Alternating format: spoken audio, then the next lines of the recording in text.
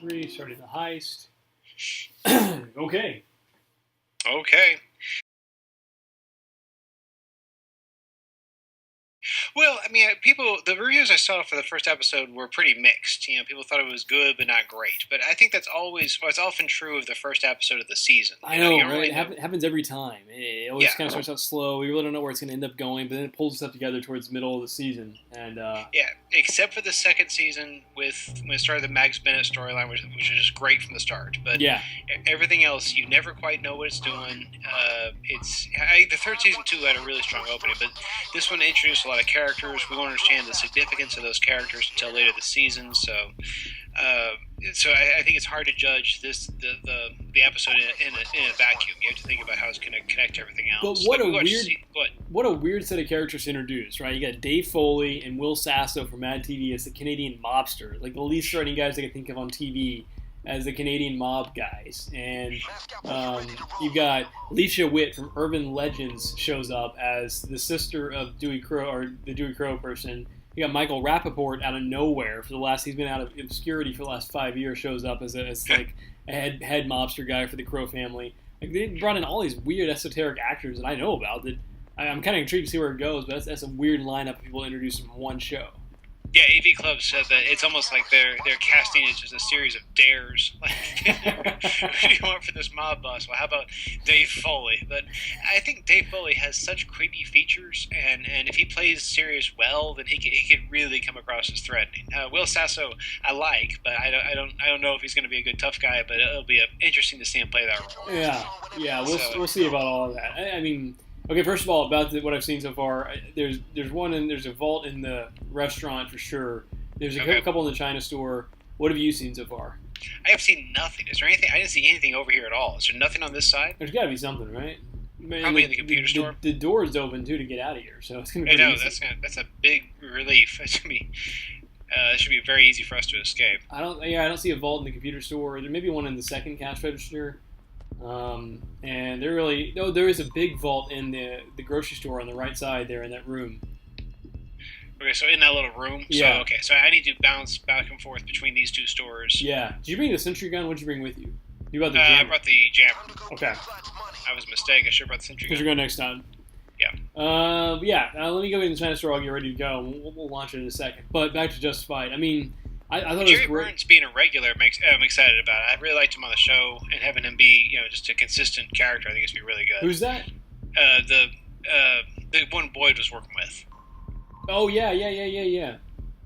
I don't know, that actor is such a silly actor, because I remember back a long time ago when he was on that Dear John TV show as just a screwball friend. That's where he was from. That's right. On that show, though, he just looks so crazy terrifying. Just this gargoyle face that I don't know how it's like he just holds one expression the entire time. He never changes his face at all. Just always kind of a creepy grin.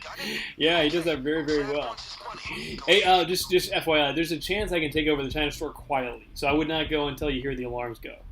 Okay, I'm going to go behind these two stores and wait for the alarms to go off. Then when I hear them, I'll get started. Yeah, that's fine. I found a way. You can knock out cameras by punching them. So until I have a silencer, I can punch them out if I get right underneath them. So I do that, and usually I can take it over to China store without alerting any guards. But the people outside will see me. So that's probably will set things off. Once that happens, we just go full tilt and take over everything.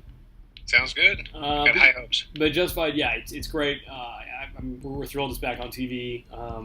Dewey Crow. I know Dewey Crow is a big character in the Elmore Leonard novels, so I hope there's a lot of material to work with. I can kind of understand them wanting to wrap up after 6 seasons, though. I think that probably the actors have better things to move on to, and I think the show is, as much as I enjoy it, I can see them wanting to move towards an end game, since they've killed off Raylan's father, and he's got a child now and everything. That maybe moving toward an end of the series would be a good idea. Do you think they're actually going to do that? Can wrap things up? Yeah, I've read that they're thinking about ending it after 6 seasons. Oh wow, okay, that's different. Yeah, it's too bad. I think it's a really good show to watch, but someone sees you. Got him? I guess so. We're going. Everybody on the ground. Get on your knees. Stop it. Down. Okay, can we start? Yeah, we're going. Okay. Sorry. No problem. Trying to do this carefully. I did not do it well at all. Oh, I killed a civilian too. Man, I'm bad. Okay, it's getting bad. Yeah.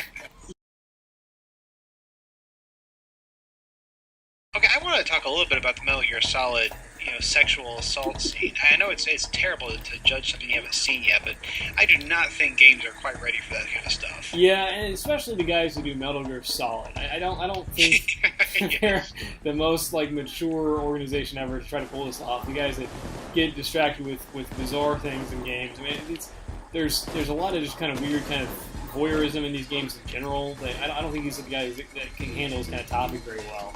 Yeah, I think this year for games was the first year games really had salient emotional experiences they could provide players and some kind of depth.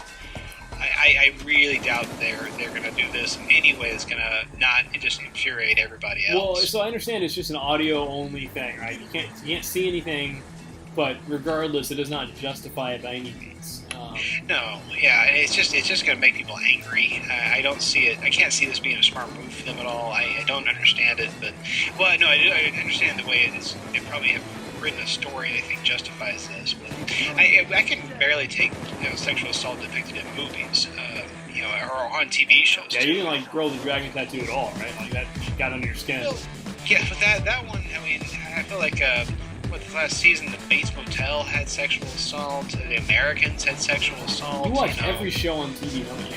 Yeah, well, I watch way too many TV shows, and so I get to experience way too much sexual assault. And I don't mean those shows are doing sexual assault later in the season. Those are first episode, series premiere episodes where a character is assaulted or raped by another character. It just feels like the writers are going to that too quickly. And so I'm very, very much mixed about how it's depicted on television and movies, and then to see it try and depict it in games is just ridiculous. So anyway, I'm very. It's not a good sign. I don't know if I was all that excited about another Metal Gear game already, but certainly I'm not now. And I look forward to the condemnation that will come out with this relatively quickly. Yeah, I'm not sure they can bring kind of the nuance and intelligence that a Leisure Suit Larry brings to coercing people and having sex. So yeah, let's get a voluntary sex scene that's worth watching in a video game first, and then we can have an involuntary before we even think about involuntary. What do you got against Phantasmagoria 2? That was a great game. Okay, The Witcher and Mass Effect have come close, but it'd be nice if there was one that wasn't just ridiculous and that was depicting voluntary sex between two individuals before we started taking on this other stuff. Some things games just cannot handle just yet, and that's definitely one of them. It's going to take a step back, right? So yeah. But it'll give them a lot of publicity for their game, and maybe that's a goal. I can't wait to see it in a weird way. So, hate saying that, but I can't wait to see it. So. Do you want to talk about PlayStation Now? Yeah, so PlayStation Now, CES, the big deal just came out. Oh, Chains is down on my side. Hey, hang it over there. I think this. Yeah, I don't think so. Let me see what's going on. Oh, hello. Chains is surrounded by people in the China store. You're coming over. Look at you. He's no problem. Got it. Ow, ow, ow, ow. Someone kill him.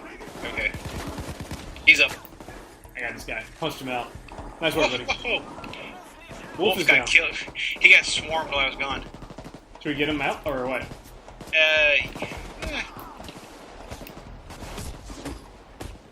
I'm doing it. Yeah. Oh.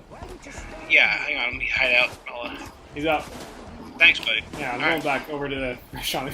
It's pretty easy on easy. I got pretty good armor, I think. Nobody can really stop me. Yeah, I think I'm doing okay, too. Once I get to the shelter.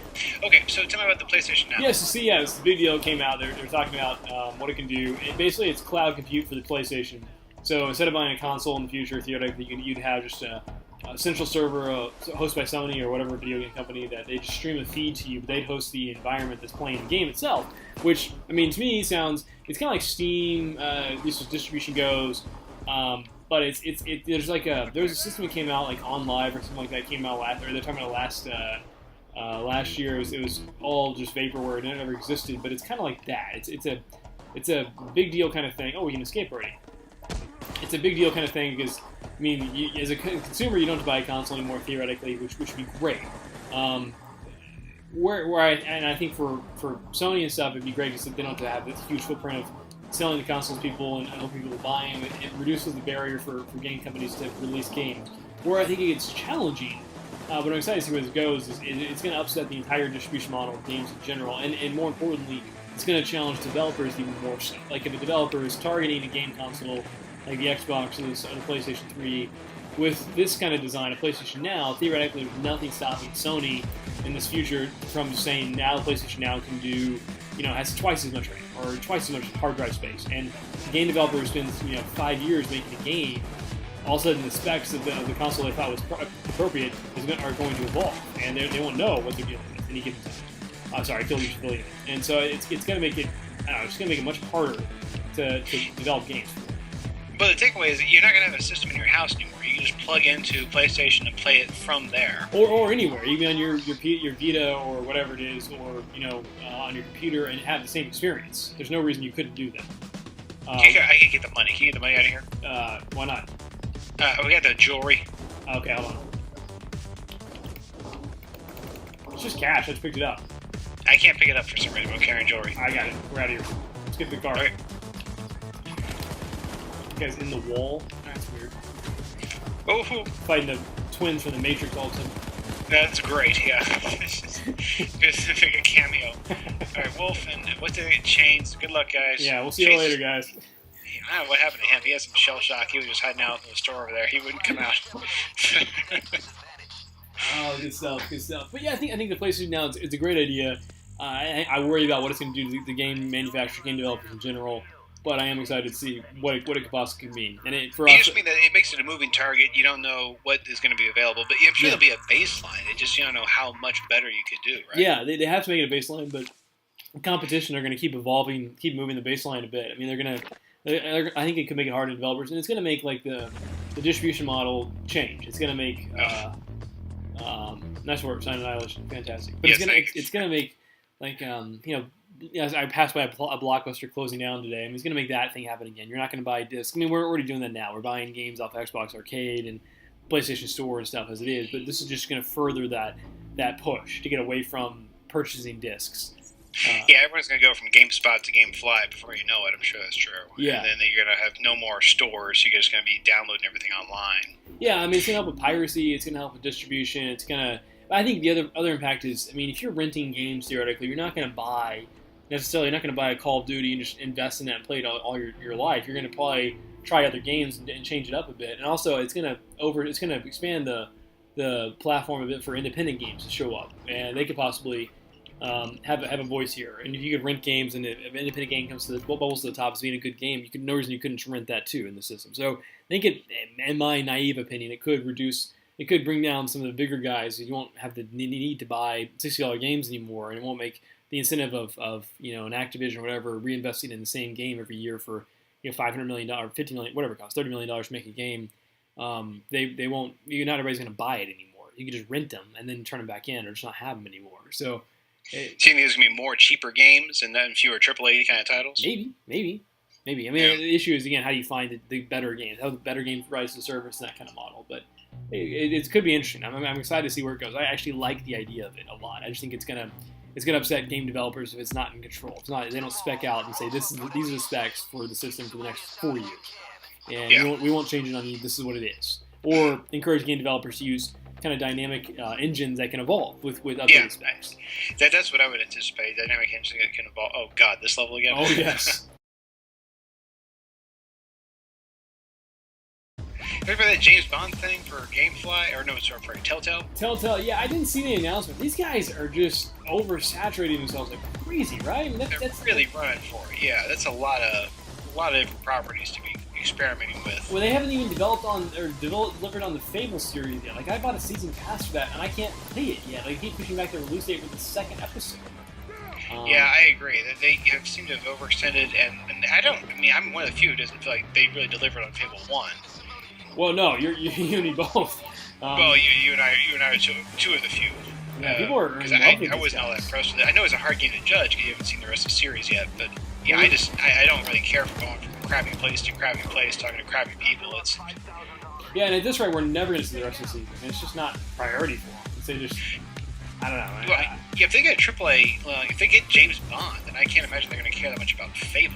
Oh, damn. But you got to also keep it in some perspective, though. I mean, seriously, like, how many good James Bond games are there? Like, 1 out of, 30. I mean, you get GoldenEye, and then everything else is horrible. So it's not going to be the end-all be-all thing for a game developer company working on a James Bond property. Yeah, that's true. Unless they did it well, but yeah. I agree. There's very few properties that are any good that maybe from James Bond games. Yeah, I think that it makes sense to me in a lot of ways. Like that what they do is perfect for a James Bond kind of game. And they were saying that they think that the way they make James Bond games is James is not very down. James is already down? Yeah, I'm opening him up. You got him? Yeah, I think so. So I'm getting shot while I'm doing it. I'm with you. You're good. 15 grand's all we got so far. Yeah, I mean. Yeah, but you can do a lot of really cool things, using James Bond. With James Bond in a TellTale way. You could have cool, real close sequences. I call it cool dialogue. There's a lot of fun things you can do with the TellTale James Bond game. Have they announced any details of it, like which Bond it's going to be? Is it kind of fake Bond or anything at all? No, I haven't heard anything about that. So who knows what's going to turn out to be? If it even turns into anything, it may just be nothing. Just they were just saying, hey, this would be cool if we had this. Well, so it's not a confirmed game? I don't think it's a confirmed game. Just TellTale, I think, was announcing they wanted the property. Oh, okay. Yeah, I don't know, man. One great series of Walking Dead, and now they're just everywhere. Maybe getting a little too ahead of themselves. Maybe so. Maybe they're overextending just a touch. And they've already committed to Game of Thrones, and for some reason Borderlands, Borderlands makes very little sense to me on that stuff. It does, right? Like, how are people excited about that? The game where always it's a first-person shooter that has dynamically generated guns, not because you can choose decisions and you have interesting characters to play with. I mean, there's some interesting characters, Handsome Jack, and that's really about it in the last series. But Handsome Jack was about the only interesting character in the series. That's true, and he's dead now. So. He's dead now, right? I don't get the decision at all. Well, it's interesting. It was an interesting question because his point about James Bond needing to be played in a different way, as opposed to just kind of run and gun shooter like it usually is in video games. Maybe think about what other kind of games would be good for that. And that relates to the other thing I wanted to ask you about the Alien game they announced. It shows some pictures or shows some clips of. It looks really cool. It almost and it's like the thing that aliens always struggle with is trying to make it into colonial marines versus aliens. Where they get back to the horror of just a person versus the alien, make it more of a survival horror thing. Well, so catch me up. Who's doing the Alien game? Atlas, I believe it is. Oh, really? The guys who did Dead Souls and all that? I want to say so, but I need to double check. Okay. Well, I mean, we had so many bad Alien games so far, right? Even Gearbox guys under-delivered an Alien game that they had. Yeah, that was pretty horrible. Your health is way down. You okay? Yeah, I'm getting shot up a lot. Thankfully, I brought with me the cell phone jam, which will be very helpful right now. Yeah, boy, me too. Very, very smart on my part. Yeah, we really planned for this mission. Sorry. We planned very well for this mission. Yeah, we may get in some trouble here. But fortunately, if we get caught, we'll serve our community service and get back out in the world. Come back to this mall tomorrow night. That's my favorite thing about this game is you get caught during the commission of a crime, you get released to join the crime again. It's like they release you back immediately into the field of battle. It's standard hostage negotiations 101. You want to get somebody back in there. Here's your gun again. Don't shoot us to walk away. It's like we can't let them go because they'll rejoin the battle that is currently underway. Kind of base everything in the honor system, really.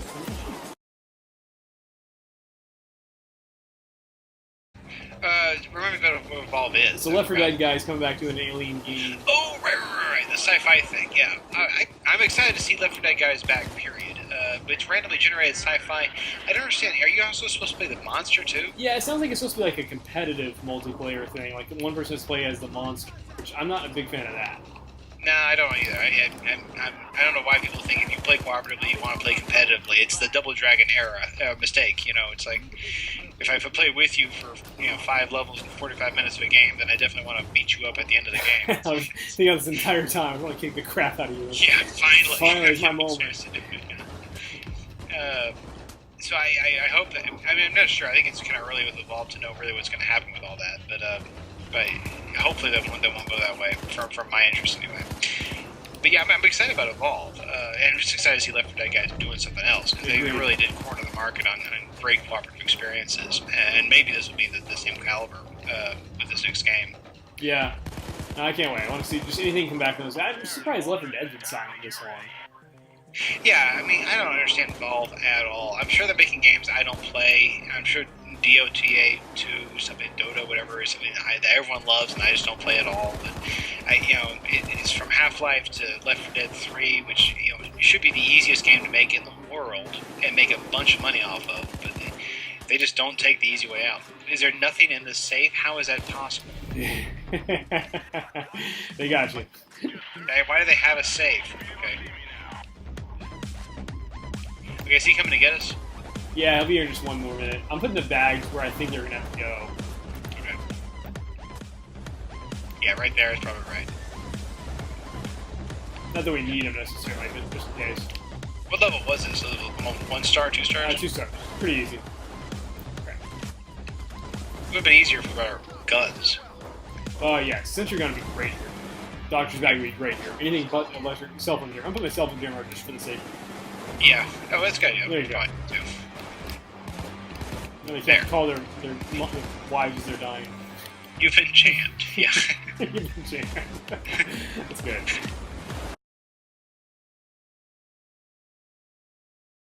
Speaking of, so I always like to talk about who wins Thursday, and you didn't get a chance to watch this one. I did. I don't know why. Maybe I just miss Community so much, but I really feel like I love watching an episode of Community more than anything else on Thursday. It was good, wasn't it?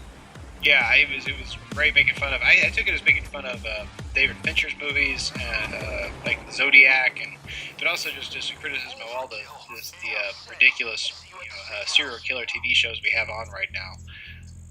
Like when Op-Ed was deleting his DVR queue and had episodes of was it The Mentalist? And something else on there too, right? And The Bridge, The Bridge, a show I watched, and it was fine, but it was just another 2 cops spending all the time tracing down a serial killer show. Well, Abed's saying about, or Abed's saying about, like you're weird. Why don't you look at the crime scene and see what's going on? That whole sequence was great, as brief as it was. Yeah, it was fantastic. I thought the feel of the show was great. It was a weird kind of left turn with the Chevy Chase acknowledgement that he passed away. But I think it was well handled. It handled it very well, and left the door open for more of the quarter ass crack guy in the future, and reintroduce Starburn's Dino Stamanopoulos, however you say his name, bring him back. And I say it right. I'm sure he was tired of not working with Dan Harmon, so I think he was happy to get killed off last season. And find an excuse to bring him back, it's fine with me. Yeah, I'm with that too. I like seeing him, but I think he was right. I guess the point of the show is that it could be any of them doing this for their various reasons. Including Jeff and Annie, just because they like working together on things and have an excuse to be together. But anyway, again, there's no show that is both funny and unpredictable the way Community is, Yeah, and it feels like the previous season they were treading water, and this season like Dan Harmon's like packed everybody up and we're moving now. Let's go somewhere else, and it's a fun kind of ride right now, and I'm so curious to see where it's going. Yeah, me too. And every episode I want to watch because you have no idea what they're going to do. They can do. It could be somewhat traditional, somewhat random, like other shows I like How I Met Your Mother or what's the Big Bang Theory. They're great, but you kind of know what they're going to do. But this one, you have no idea. Again, Big Bang though was really good tonight, and Parks and Recreation was just fine. So it was a really good night for TV. That's good news. Big Bang was actually pretty good tonight, huh? Yeah, the Big Bang's doing a really good job of separating out their characters in various combinations, and so you have like 3 plots going on at any given time with different characters acting in different in different combinations. Okay, and that's working really well. But oh god, I hate this level. Oh, it's great.